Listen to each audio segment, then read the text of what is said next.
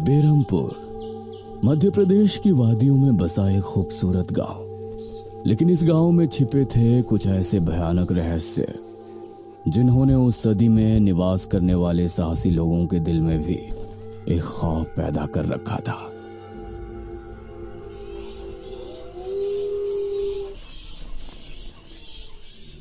आज तो बहुत दिनों के बाद मित्रों से मिलना हो रहा है, बहुत आनंद आएगा। अरे मदन, कहाँ जा रहा है इस समय? पिताजी, मेरे मित्रों से इतने दिनों बाद मिलना हो रहा है। वो सुबह होने पर वापस नगर चले जाएंगे। अरे तुझे पता नहीं क्या, आज शनिवार की रात है। आज के दिन निशिर मोलो गांव में घूमते हैं।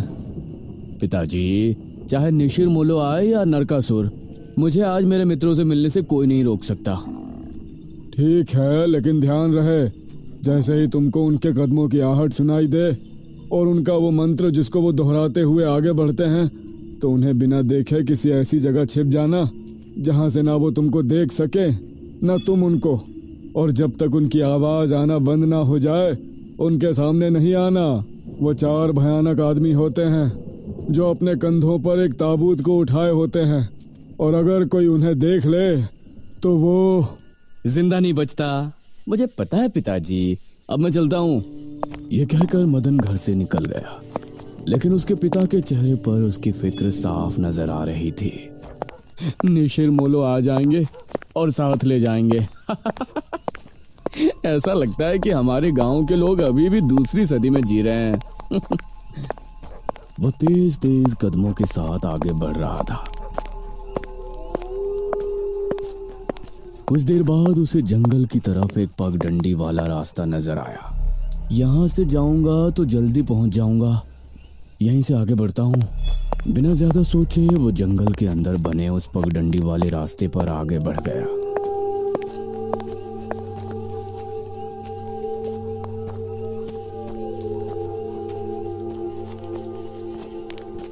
आज तो बहुत मजा आने वाला है, मिलकर खूब मदिरा पान भी करेंगे।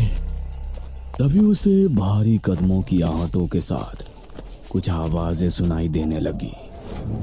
इन आहटों और आवाजों को सुनकर वह एकदम से चौंक पड़ा और उसकी आंखें डर से बड़ी हो गईं। हे भगवान! वो जल्दी से झाड़ियों की तरफ भागा और उनमें छिपकर बैठ गया। वो झाड़ियों की ऊंट में बैठा लंबी लंबी सांस ले रहा था। वो आवाजें अब और ज्यादा साफ होने लगी थी। उसे यकीन था कि अब वो लोग उसके करीब ही आ रहे हैं। उसने धीरे धीरे छिपकर अपनी एक आंख से उनको देखा और वो हैरान रह गया।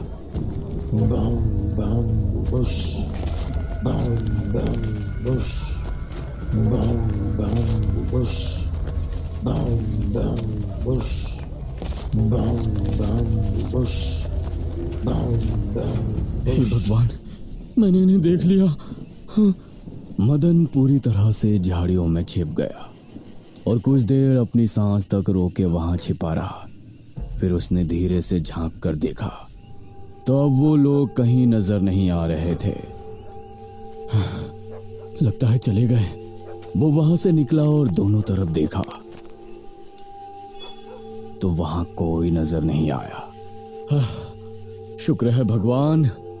उसने एक कदम बढ़ाया ही था कि तभी उसे फिर से वही आवाजें अपने ठीक पीछे से सुनाई देने लगी। उसने एक झटके से पलट कर देखा तो वो चारों ताबूत वाले शख्स ठीक उसके पीछे खड़े थे।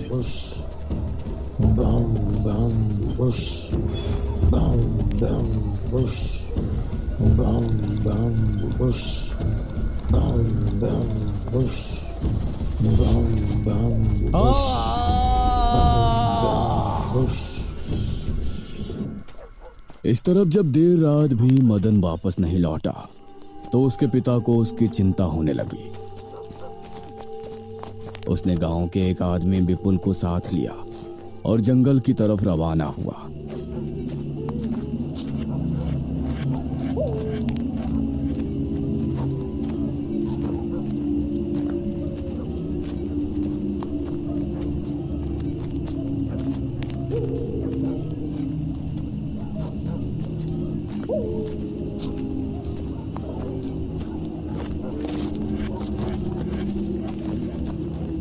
काफी देर बाद एक बरगद के पेड़ के पास जाकर उनके कदम रुक गए और आंखें खौफ से फट पड़ी। उन्होंने मदन को रहस्यमयी परिस्थिति में पाया। उसके चेहरे पर डर और आंखों में खौफ ऐसा नजर आ रहा था कि जैसे उसने हादसे से पहले बहुत ही भयानक मंजर देखा हो। मदन! 400 साल बाद अंधेरा जंगल, सुनसान रास्ता, चारों तरफ सिर्फ पेड़ पौधे और कोहरा। मेघना उनके बीच अकेली खड़ी थी। कोई है? क्या यहाँ कोई है? उसने कुछ कदम आगे बढ़ाए। उसके सवाल का कोई जवाब तो उसे नहीं मिला, लेकिन कुछ टपकने की टप टप की आवाज अब उसे बराबर आ रही थी। मैं यहाँ क्या कर रही हूँ? कौन लाया है मुझे यहाँ पर? वो खुद को वहां पाकर बहुत परेशान थी। तभी उसने देखा कि कोई चीज उड़ती हुई उसी की तरफ आ रही है। वो उसे हैरानी से देखने लगी। पास आने पर पता चला कि वो कोई विशालकाय भयानक पक्षी था। बचाओ! मेघना उससे बुरी तरह से डरकर भागने लगी और वो उसका पीछा कर रहा था।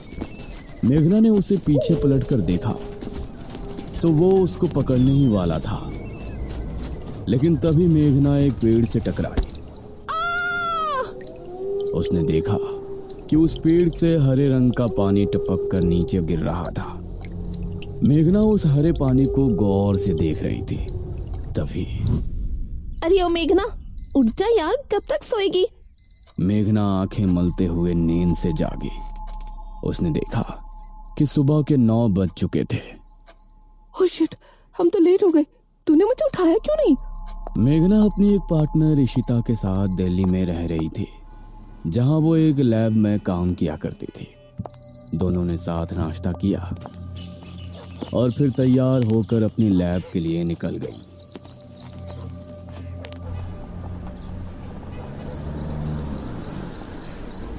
तेरा ऑमलेट खा खा कर मेरा पेट खराब हो चुका है। रोजाना कच्चा ही बनाकर दे देती है। शुक्र मना कि कच्चा भी खाने को मिल तो रहा है। तेरे भरोसे रहेंगे तो वो भी नहीं मिलने वाला। सोकर ही 9 बजे उठती है।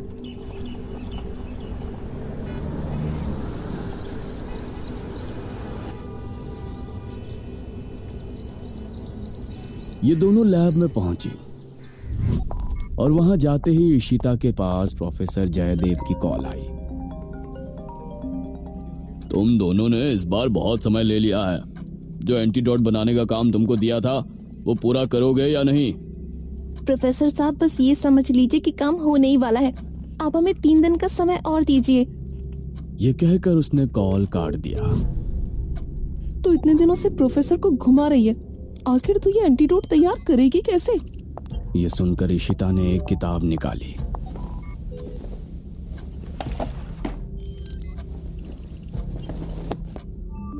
यार देख ये किताब। इसमें बहुत से ऐसे लिक्विड के बारे में लिखा है जिनकी कहानी पुरानी दंत कथाओं और लोक कथाओं से जुड़ी है। तो तू कहना क्या चाहती है? मुझे इस किताब में बहुत ही अनोखे लिक्विड के बारे में पता चला है, जिसे मृत्युंजय अमृत कहते हैं। हम उस लिक्विड का टेस्ट करेंगे और अगर वो हमारे काम का निकला तो उसे यूज भी कर सकते हैं। मृत्युंजय अमृत? देख, मैं तेरे साथ कहीं नहीं जाने वाली हूँ। ये सब बातें बकवास होती हैं। अरे देख तो सही, इस पेड़ से हर पूर्णमासी की रात ये हरा लिक्विड टपकता है।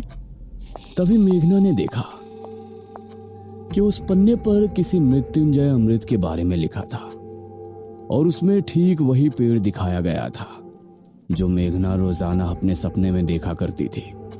मतलब उस हरे पानी की बात ही इस किताब में लिखी थी। हे भगवान, क्यों हिला डाला ना? है ना इंटरेस्टिंग? मेघना ने कुछ सोचा और फिर जवाब दिया, हाँ तो हम दोनों कल ही बीरमपुर गांव के लिए निकलते हैं।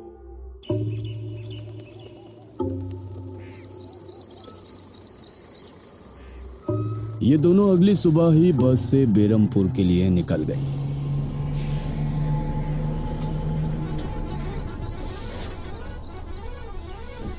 वैसे एक बात बता, तू मेरे साथ वहां जाने के लिए एक ही बार में कैसे राजी हो गई? मेघना ने सच को छिपाते हुए कहा, ऐसी अनोखी चीज देखने के बाद भला कौन नहीं होगा जो इसको देखना नहीं चाहेगा? ओहो, ये हुई ना बात। मैंने तुझे पार्टनर बनाकर कोई गलती नहीं की।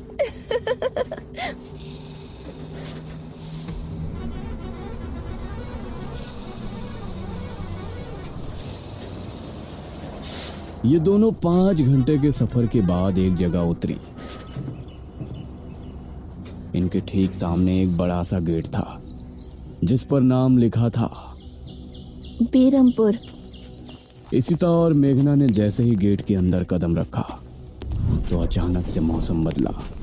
सूरज मानो बादलों के पीछे छिप गया और एक हवा अपने साथ आंधी ले आई। अरे वाह, गांव का मौसम तो बहुत ठंडा है। इधर गांव के लोग भी अचानक बदलते मौसम को देखकर हैरान रह गए। अरे ये क्या, अभी तक तो काफी गर्मी थी, ये अचानक आंधी कहां से आ गई? मुखिया जी, लगता है बारिश भी जरूर आएगी। इधर मेघना और इशिता दोनों ही गांव की तरफ बढ़ रही थी। यार, ये गांव के लोग ठीक तो होंगे ना? गांव के लोग तो ठीक ही होते हैं, अजीब तो हम शहर वाले होते हैं। ये बात तो तूने बिल्कुल पते की कही। इशिता और मेघना दोनों गांव के चौक पर पहुंची। वहां एक कुआं भी था और वहीं मुखिया भी 2 आदमियों के साथ खड़ा था। अरे बच्चियों, तुम दोनों कौन हो? अब नमस्ते जी, मेरा नाम इशिता है और ये है मेरी दोस्त मेघना। अच्छा बेटा, वैसे हमारे गांव में किस वजह से आना हुआ? वो असल में वो अंकल, हम लोगों को अपनी स्टडी के लिए 5 गांवों के बारे में लिखना है, इसलिए हम लोग यहाँ आए हैं। इसके बाद और 4 गांवों में जाएंगे। ओह अच्छा, फिर तो ठीक है बच्चों, हम तुम्हारी जितनी हो सके उतनी मदद करेंगे। जी अंकल, क्या हमें यहाँ कुछ दिन के लिए रहने के लिए कोई घर मिलेगा किराए पर? अरे बच्चों, तुमको किराए की घर की क्या जरूरत है? तुम दोनों जब तक चाहो मेरे ही घर में रह सकती हो। ठकुराइन वैसे भी लड़कियों से बहुत प्यार करती है। जी शुक्रिया अंकल।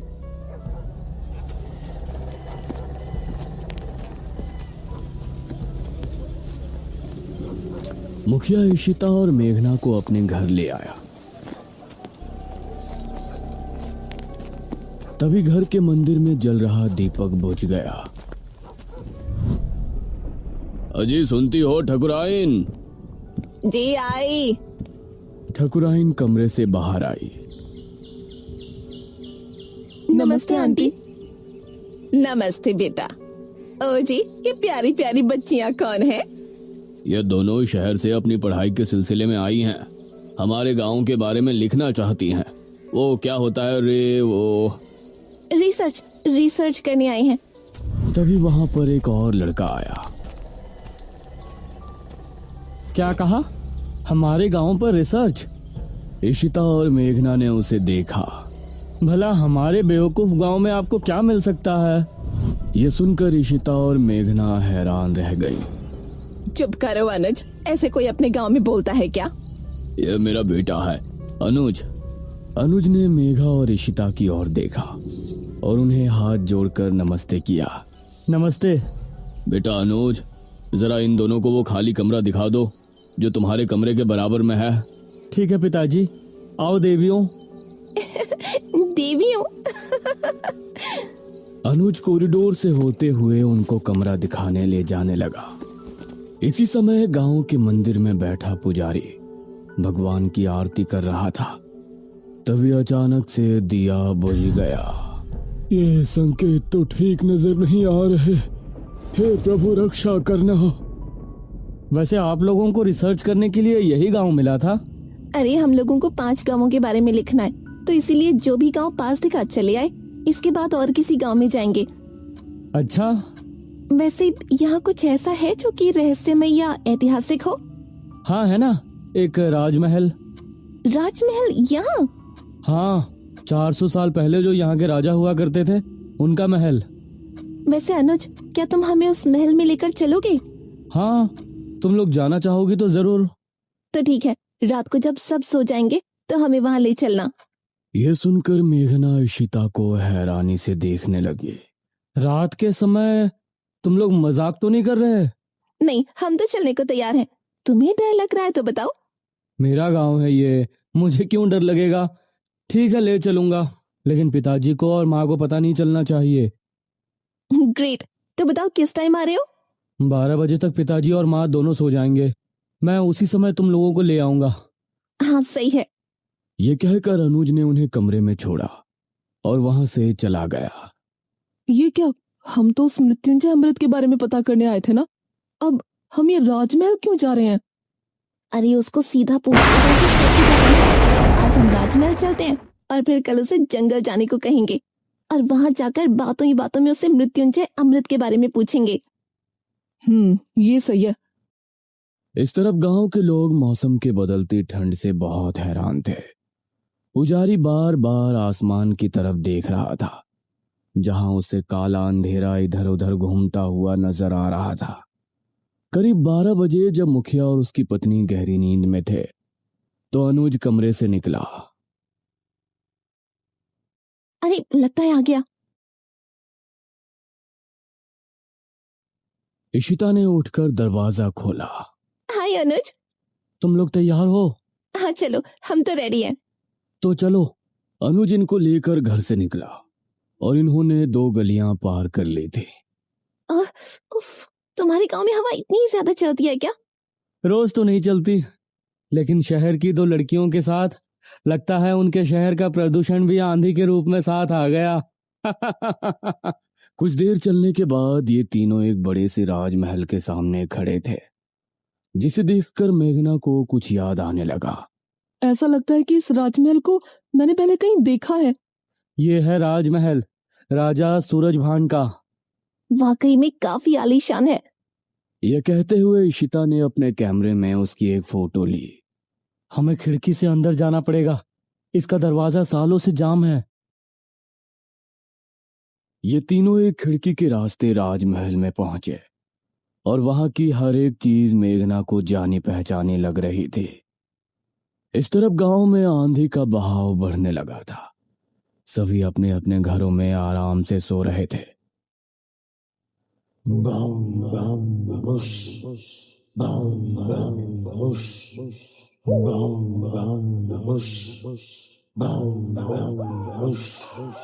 अरे ये आवाज तो। निशिरमोलो। गांव के सभी लोगों के दिलों में खौफ उतर आया। उसी समय मुखिया के कमरे में गांव का पुजारी हड़बड़ाता हुआ पहुंचा। मुखिया जी उठिए। मुखिया चौंकता हुआ नींद से जागा। क्या हुआ पुजारी जी, इतनी रात में आप? गांव में निशीर मोलो की आवाज गूंज रही है, सब बहुत डरे हुए हैं। पुजारी जी, ये कैसे हो सकता है? निशीर मोलो यहाँ कैसे आ सकते हैं? वो तो कई सालों पहले सो गए थे।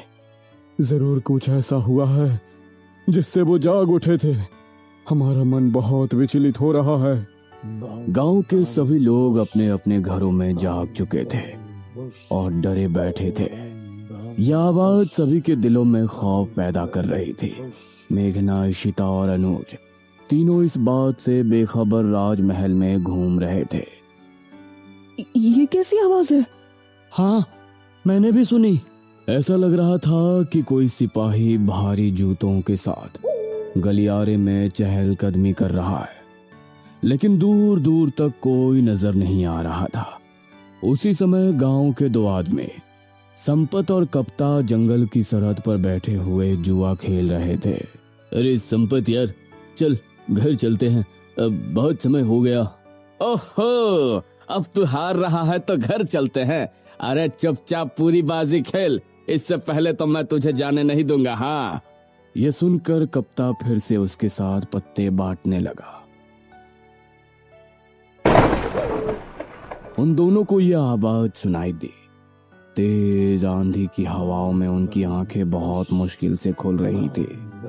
उन दोनों ने देखा कि सामने से 4 आदमी अपने कंधों पर एक ताबूत उठाए मंत्र पढ़ते हुए चले आ रहे हैं। संपत और कप्ता इससे पहले कुछ करते, वो चारों आकर उनके सामने रुक गए। हवा का रुख थोड़ा कम हुआ। वो चारों अपनी लाल चमकती आंखों से संपत और कप्ता को घूर रहे थे। इधर इशिता, मेघना और अनुज को एक दरवाजा खुलने की तेज आवाज सुनाई दी और वो चौंक पड़े।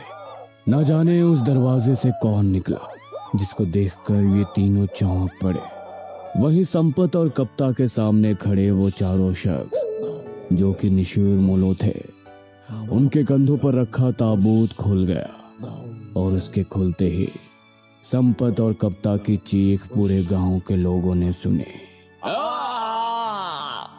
जिसे सुनकर सभी गांव के लोग डर गए। ये किसकी चीख थी जी? निशिर मोलो, ये चीख किसी अनहोनी की संकेत थी। निशिर मोलो आखिर कौन है? क्या है मृत्युंजय अमृत? और क्या संबंध है मेघना का इन सब से? इन सभी सवालों के जवाब जानने के लिए हमारे साथ जुड़े रहिए। इस कहानी